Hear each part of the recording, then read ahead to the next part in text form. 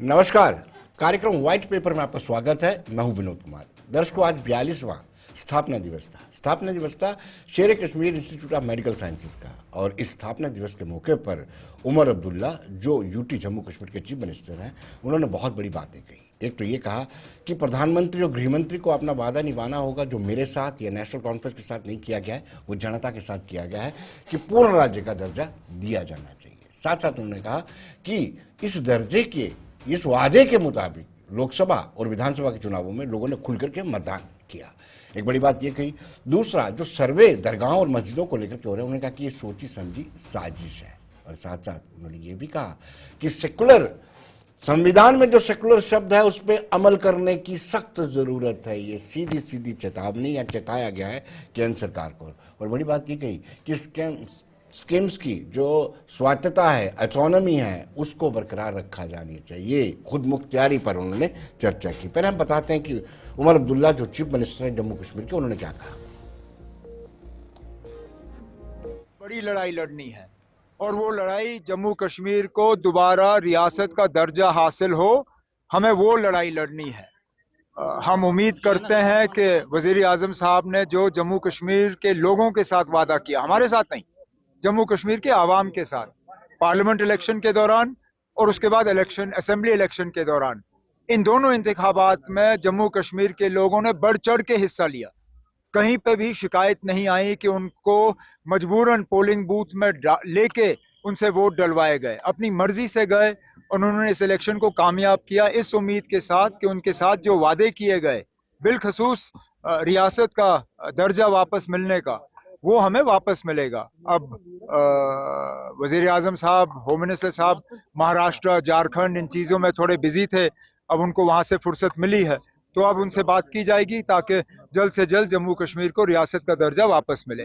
इस मुल्क में हर किसी मजहब के लोगों को रहने की खुली छूट है। हमारे आईन में एक लफ्ज है सेक्युलर। जब तक वो लफ्ज हमारे आईन में है, उसका मतलब ये है कि हमारा मजहब कोई भी हो, या हमारा मजहब, अगर हम किसी भी मजहब को ना माने, तब भी हमारा इस मुल्क में आजादी से रहने का हक है।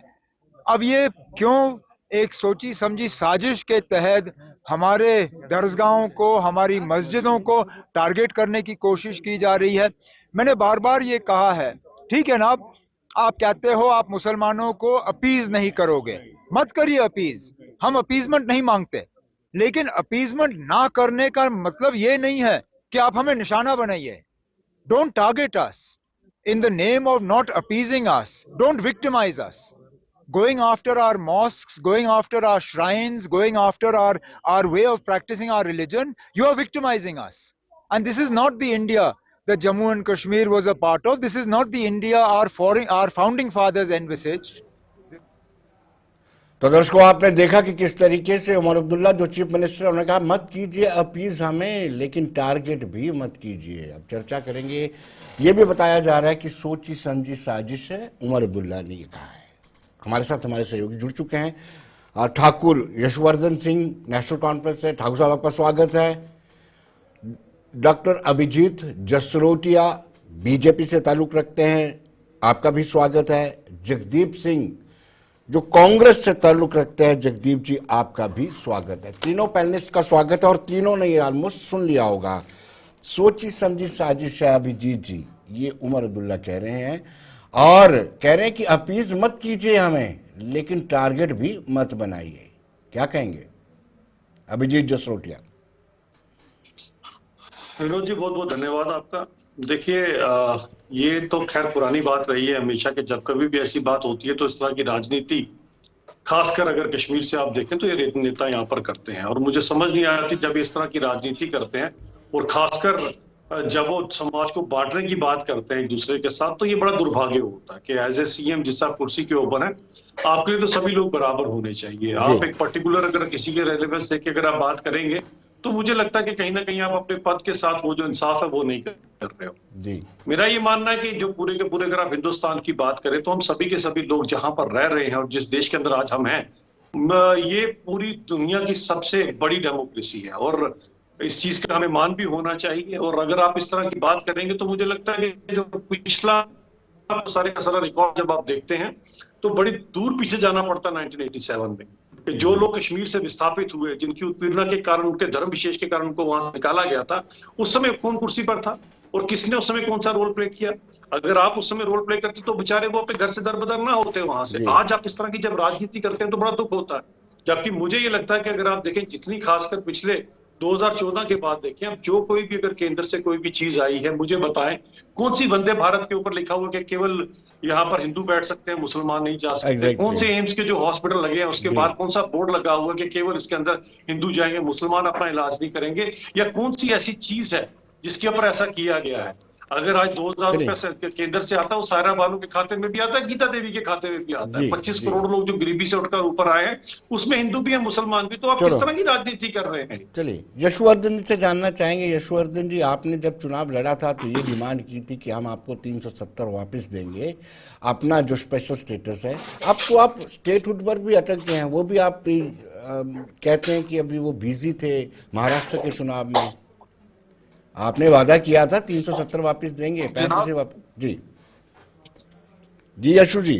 मैं इसमें एक बात बोलना चाहूंगा मैं इसमें एक बात सबसे पहले स्पष्ट कर देना चाहूंगा कि जो प्राइम मिनिस्टर साहब ने जो वादा किया था वो नेशनल कॉन्फ्रेंस के साथ वादा नहीं किया था, वो जम्मू कश्मीर की जनता के साथ वादा किया था कि आप चुनाव में भाग लीजिए, चाहे वो असेंबली इलेक्शन हो चाहे वो पार्लियामेंट इलेक्शन हो। उन्होंने बोला था कि हम स्टेटहुड का दर्जा जल्द से जल्द इलेक्शन के बाद देंगे, पर अभी तक वो कुछ बात हुई नहीं।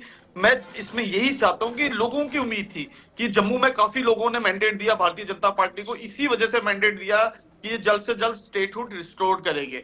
और मैं आपको बताना चाहता हूं विनोद जी, मैंने अपनी जिंदगी में जब से मैं पैदा हुआ हूं मैंने कभी भी डिमोशन नहीं देखी, मैंने हमेशा प्रमोशन ही देखी है। चाहे वो नौकरी हो चाहे वो बिजनेस हो, हर लोग चाहते हैं कि हम ऊपर ही जाए। तो जम्मू कश्मीर को पहले इन्होंने स्टेट से यूटी बनाया, ये बहुत बड़ा एक हमारे साथ बहुत दुखी वक्त चीज की जो हमारे लोगों के साथ किया और हमारे नौजवानों के साथ किया। तो उसमें मैं एक चीज क्लियर स्पष्ट कर देना चाहता हूं कि अब गृह मंत्री और प्राइम मिनिस्टर साहब को स्टेटहुड वापस दे देनी चाहिए, क्योंकि जम्मू के लोगों की भलाई तभी हो सकती है कि जब जम्मू के बच्चों को रोजगार मिले, जम्मू के लोगों को काम मिले, कि बाहर के लोग आके यहाँ पे हमारी जब प्रॉपर्टी में चाहे हमारी नौकरियों में उनका दावा नहीं होना चाहिए, जम्मू के लोगों को मिलना चाहिए। इसमें तो मैं चाहता हूँ कि मेरे जो साथी है वो भी इसमें एग्री करते हैं कि जम्मू के लोगों को काम मिलना चाहिए, ज्यादा से ज्यादा हक, और जम्मू के नौजवानों को हक मिलना चाहिए। मैं तो नौजवानों की ज्यादा बात करूंगा क्योंकि नौजवान आज बहुत दर्द था पिछले सालों से। तो अगर चलिए, अब सरकार तो आपकी है यशु जी, सरकार आपकी है। मैं जगदीप जी से जानना चाहूंगा, ये क्या है देश में डिगिंग की सियासत, खुदाई की सियासत बड़ी ज्यादा हो रही है कम समय में। विनोद जी साधुवाद, आपका आभार, साधुवाद। इससे पहले कि मैं आपके प्रश्न पर आऊं, मैं एक नितांत गंभीर किस्म के घटनाक्रम की बात आपसे करना चाहूंगा। पिछले हफ्ते एकाएक मन बना और मैं अयोध्या चला गया।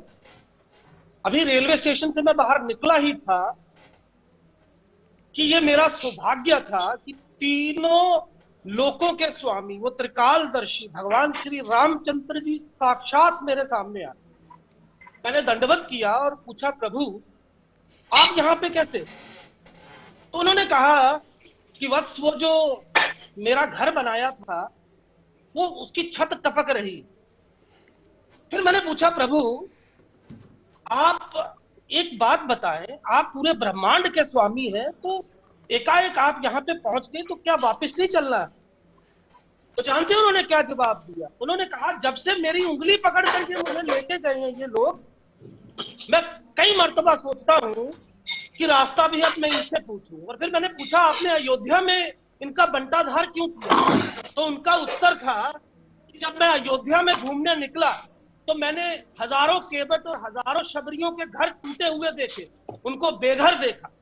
और मैंने आखिरी सवाल प्रभु से दोनों हाथ जोड़कर पूछा कि प्रभु जी आप बताएं आगे निकट भविष्य में क्या होगा?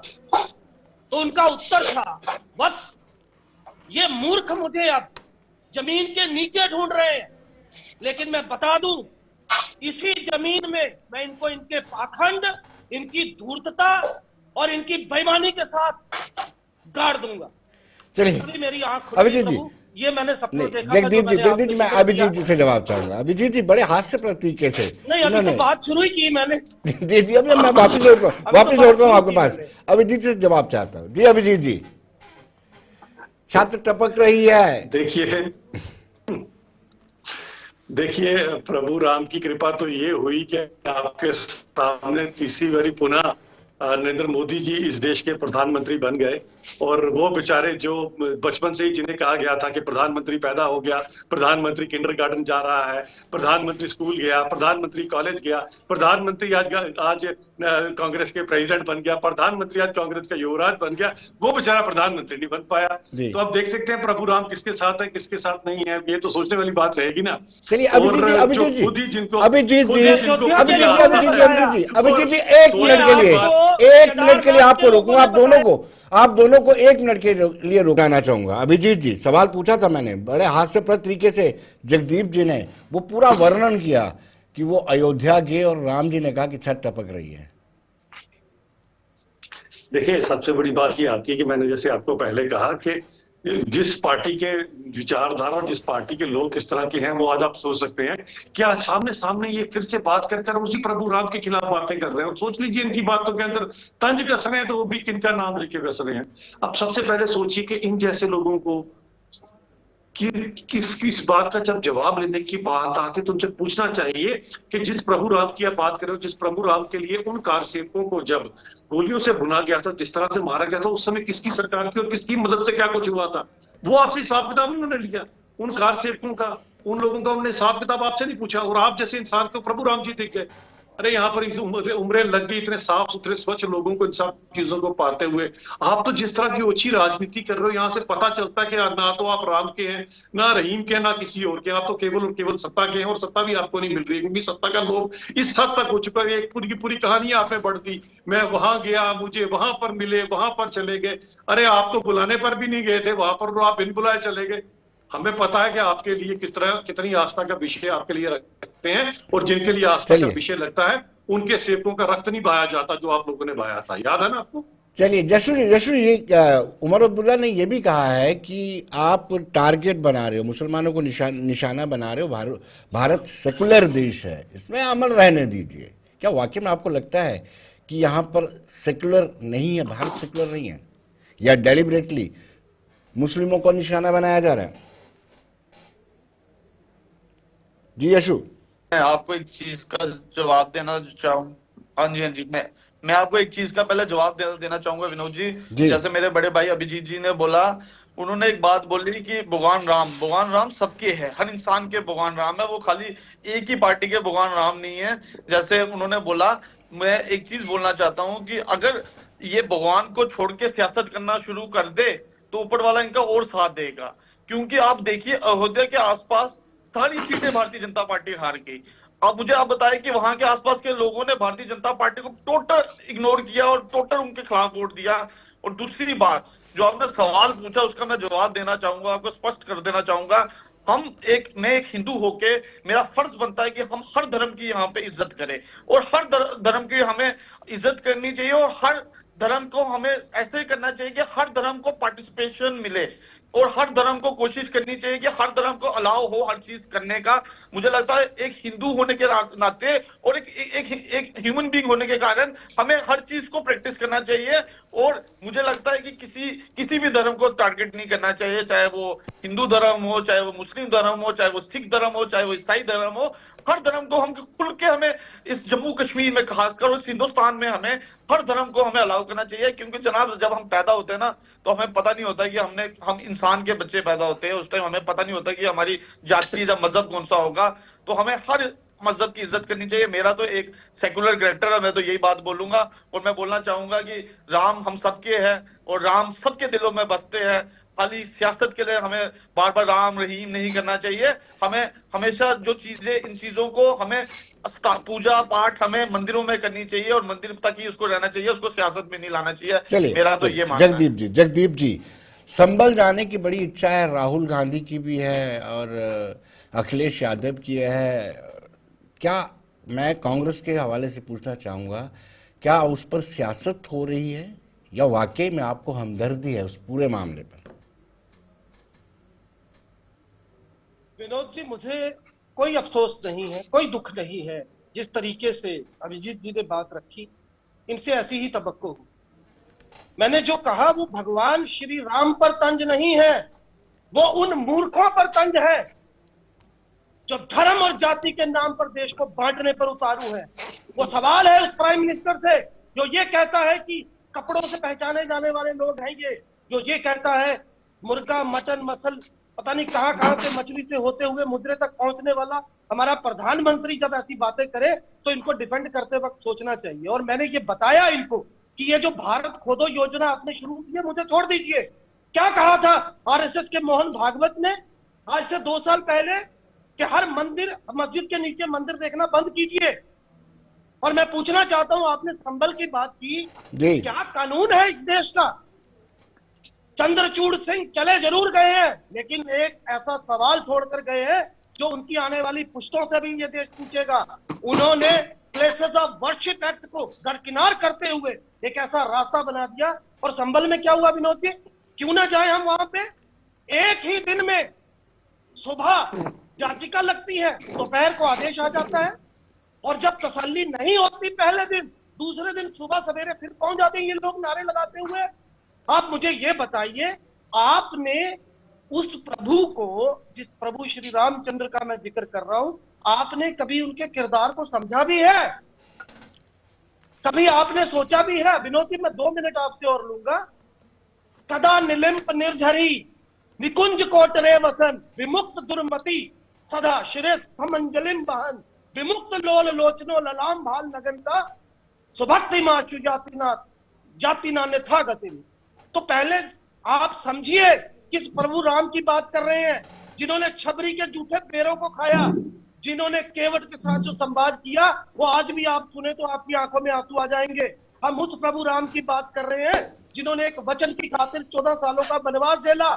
चलिए, और जो अभिजीत जी से जान लेते सत्य की जीत का परिणाम है, जी। तो आप बंद कीजिए भगवान राम के ऊपर सियासत करना, और बंद कीजिए मस्जिदों को। अभिजीत जी, एक नया आरोप जड़ा है आपके ऊपर, भारत खोदो, भारत देखिए विनोद जी, खोदो योजना। देखिए विनोद जी, मैं आज की आपने मुझे पता नहीं आज मुद्दा क्या रखा था, लेकिन मैं बड़ा भली भांति समझ सकता हूं कि आज कितनी कांग्रेस वालों को राम से आपत्ति, और खैर नेशनल कॉन्फ्रेंस वालों को तो पहले से ही बड़ी आपत्ति थी। आपके सामने ही बात शेयर की, जो लोग कहती थी कांग्रेस के राम काल्पनिक है, आज भी हो गए, और आज इनके अचानक से सपने में भी आना शुरू हो गए। पता नहीं इनको क्या होना क्या नहीं होना। दूसरी बात ये आती है कि आप खुद सोचिए, जिसने देश का बीच में क्यों बोल रहे हैं, क्यों फ्रस्ट्रेट हो रहे हो भाई, क्यों फ्रस्ट्रेट हो रहे हो, क्यों फ्रस्ट्रेट हो रहे हो? अभी आपका राम नाम सत्य कर ही देते, 2 मिनट ठहर जाओ, चाहिए 4 दिन, उसके बाद मिल जाएंगे आपको। सुनिए ना, अभी आपको बताते हैं क्या होता है। देखिए, किसने इन लोगों के आज ये जो बातें कर रहे हैं उसकी यही बात आती है। जब बात ये आती है कि आप सोचिए जरा कि इन लोगों की आप मानसिकता समझिए, आज अचानक से सेकुलरिज्म की बात यहाँ पर शुरू हो गई है। पहले देश को विभाजन किया, 1 से 2 से 3 टुकड़े किए, मजहब के नाम के ऊपर किया, मजहब के नाम के ऊपर इन्होंने एक पाकिस्तान बना दिया, बांग्लादेश बना दिया। तब क्या था? तब जरा सेकुलर फैक्टर करते, पूरे खंड भारत की कल्पना करते कम से कम, तब इन्होंने क्यों नहीं किया? उसके बाद आप देखिए, जब वहां से ट्रेनें कट कर यहाँ पर आ रही थी, और वो दृश्य आपको याद है कि उस समय क्या किया गया? जब वेस्ट बंगाल के अंदर हिंदुओं को काटा गया, तब इनका क्या रोल था? और ये पूरे देश का विभाजन करने वाले ये लोग आज इनको अचानक से राम इनके सपने में आने शुरू हो गए। अरे इनको राम इनके सपने में आएगा। आप खुद सोचिए किस तरह के झूठ बोलते हैं, और पूरे देश को उन्होंने खंड खंड कर अभी कहते हैं दक्षिण भारत भी अलग कर दीजिए, फिर कहते हैं जी ये भी अलग कर दीजिए। अब कहते हैं कि अभी ये हिंदू जो है इनको और आगे कर दीजिए, और जातियों में इनको बांट दीजिए, सब कुछ बांट दीजिए। पहले हिंदू मुसलमान को बांटा, अब हिंदुओं को और जातियों में बांटे, बांट कर ये चाहते हैं कि हमारी राजनीति चलती रहे। अरे भाई साहब, ये कुछ करने से पप्पू प्रधानमंत्री नहीं बनेगा, कभी नहीं बन सकता, चाहे जो मर्जी कर लीजिए। आपको महाराष्ट्र में जवाब दे दिया गया, महाराष्ट्र के लोगों ने आपको बता दिया कि आपकी राजनीति यहाँ नहीं चलेगी। जो पूरे देश के अंदर जो बैसाखियों के सारे आप चले, उसके बाद भी कुल 99 सीटें मिली, और निलवाने के ऊपर काला सांप बैठा हुआ जो काटेगा भी 3 से 4 के ऊपर आ जाएंगे। आपके सामने आपको लोग आईना दिखा रहे हैं। जम्मू कश्मीर में लोगों ने आपको भी जवाब दिया, 3 डिजिट से 2 डिजिट के पार्टी, लेकिन फिर भी आपको लज्जा नहीं आती है। अरे फिर भी आपको लज्जा नहीं आती है। देश को कितने टुकड़े करेंगे, कितने देश के टुकड़े करोगे? यशु जी, आपसे जानना चाहूंगा कि क्या रोड मैप है, आपको किस बता दूं तरीके मैं से आप कौन है? स्टेटहुड का दर्जा दिलवाएंगे जम्मू कश्मीर को? पप्पू वो है एक मिनट विनोद जी, जिसकी नेशनल डिग्री कॉन्फ्रेंस कहाँ का भी से जवाब आई है दे देना पता सर नहीं आपको। है। नेशनल कॉन्फ्रेंस पप्पू को वो जरा है बताएं, चले मान लीजिए जी, आपको बाकी चीजों से जिसने तो इतने आपको झूठी बाकी मेरा चीज टाइम बता है, दी बैठ उन्हें। लीजिए मेरा। अरे अभी मैं जी। नेशनल कॉन्फ्रेंस को गिनते जवाब शाम दे रहा हूँ, हो आपके पेट में क्यों दर्द हो रहा है? अरे भाई जयचंद क्यों तेरे किस पे पेट में दर्द हो बोलेंगे रहा है? मुझे आप? जवाब दे दो नेशनल आप कॉन्फ्रेंस पहले को। ये बता दो ये जयचंदों सिंध के की कारण ही असेंबली तो में देश कौन का थे? हाल हुआ। ये जयचंदों के कारण ही तो देश का ये हाल हुआ, वरना इतना किसके बड़ा दादा परदादा थे? चलिए भारत यशु, का- आपसे मैंने सवाल पूछा था, रोड मैप तो बताइए पब्लिक को। कश्मीर में आपको करारा जवाब पता तो दिया लगे। है, आप उससे डिनाई क्यों करते हैं? आपके तेलंगाना को लोगों ने हरा राम के दिया, नाम पे आपके सियासत स्टेट कर लो, प्रेसिडेंट को लोगों ने कभी हरा हिंदू दिया। मुसलमान के नाम पे सियासत आपको कर लो, यही जम्मू कश्मीर जयचंद में है जिनके करारा कारण जवाब सब दिया कुछ हुआ। लोगों ने। अब इनसे जरा जम्मू पूछिए, कश्मीर में नेशनल आपने कॉन्फ्रेंस करारा का जवाब दे दो दिया, कि आपने आप जम्मू खैर कश्मीर खवा में पूरी बनते हैं। सियासत से हिंदुस्तान नेशनल की कॉन्फ्रेंस से पूछे आप खैर अभिजीत खवा भाई, बनते आप हो। चलिए मुसलमान अभिजीत जी, हैं, अभिजीत जी तो सुन आप यशु, पूरी यशु हाथ से सुन बचाया है, लीजिए, इसको मानना यशुवर्धन चाहिए। ठाकुर, बोलेंगे, यशुवर्धन बोले से जाते बनी है, जी। उनका क्या जवाब है? ठाकुर। 1.5 लाख से ज्यादा कवरेज यशुवर्धन जी, आपके पास है, आपके प्लीज पास प्लीज यशुवर्धन जी आप विनोद जी, इनको किसने जरा की पहले फांसी में थोड़ा लगी? सा बताइए। लोगों ने इनको करारा जवाब दिया है। फांसी में किसने पूरी लगी? तरह से इनकी हार हुई है जम्मू में कश्मीर किसने में। लगी करवाई? जम्मू कश्मीर में इनको परेशानी हो रही है। जी। जम्मू कश्मीर में अब इन्होंने जो झूठे जो इन्होंने वादे किए थे ये वो पूरे नहीं कर रहे। अभिजीत जी, आप अपने प्राइम मिनिस्टर साहब का वादा पूरा कर दीजिए जो लोगों के साथ किया, वो स्टेटहुड दे दीजिए, हम मान जाएंगे। आप छोड़ सकते हैं, आप बाकी चीजें छोड़ दीजिए, आप धर्म की राजनीति छोड़ दीजिए। अब खाली जो आपने लोगों के साथ वादा किया है और माननीय प्रधानमंत्री ने जो वादा किया है जम्मू कश्मीर के लोगों के साथ कि मैं इलेक्शन के बाद स्टेटहुड वापस करूंगा, आप वही कर दीजिए। उनका हिसाब किताब है जो 1.5 लाख लोग विनोद जी, चक्रों में, उसका जी। हिसाब किताब है। जी जगदीप जी, जी जी जी जगदीप जी बोलिए, अभिजीत जी जवाब ले लीजिए जगदीप जी से। देखिए, यशुवर्धन जी का कहना है जो पीएम ने वादा किया था उसको पूरा करना चाहिए। जी जगदीप जी, जगदीप जी, स्टेटहुड वापस कर देंगे, आप उतना ही पूरा करके दिखा जी। दीजिए, थोड़े तो सच्चे हो जाइए कहीं ना कहीं। हमेशा बस आप धर्म की राजनीति करेंगे। चलिए, जगदीप जी। कभी को बोलेंगे, कभी कांग्रेस को बोले, दूसरे साइड आप जिन्होंने 87 में वहां पर लिखी करके आज साढ़े 30 साल तक 1.5 लाख की कब्रों का वहां पर हिसाब किताब नहीं दे रहे, उनसे हिसाब किताब लेंगे। किससे हिसाब किताब लेंगे मुझे बताएं? जयचंद 1 से लेंगे, जयचंद 2 से लेंगे, बताएं किससे लेंगे? हिसाब किताब कौन देगा? जयचंद 1 देगा, जयचंद 2 देगा? कौन हिसाब किताब देगा मुझे बताएं? आपने मुद्दा कुछ रखा, पहुंचे कहीं पर गए। यही जयचंदों के कारण तो देश का ये हाल हुआ है। अगर ये जयचंद ना होते तो देश कभी भी अखंड भारत के टुकड़े ना होते। अगर ये जयचंद ना होते तो देश अखंड भारत के चलिए टुकड़े ना चलिए होते। चलिए, हम डिरेल कर रहे हैं। अभिजीत जी बहुत बहुत शुक्रिया, यशुवर्धन जी आपका बहुत बहुत शुक्रिया, जगदीप जी आपको समय नहीं मिला, आपका भी बहुत बहुत शुक्रिया। लेकिन यशुवर्धन जी ने आखिरी सवाल किया है। पहले वादा किया गया था कि पहले हम डिलिमिटेशन करवाएंगे, उसके बाद चुनाव और उसके बाद स्टेटहुड देंगे। अब स्टेटहुड की बारी है। तो दर्शकों बने रहिए देश दुनिया की खबरों के लिए और मुझे दीजिए इजाजत। नमस्कार।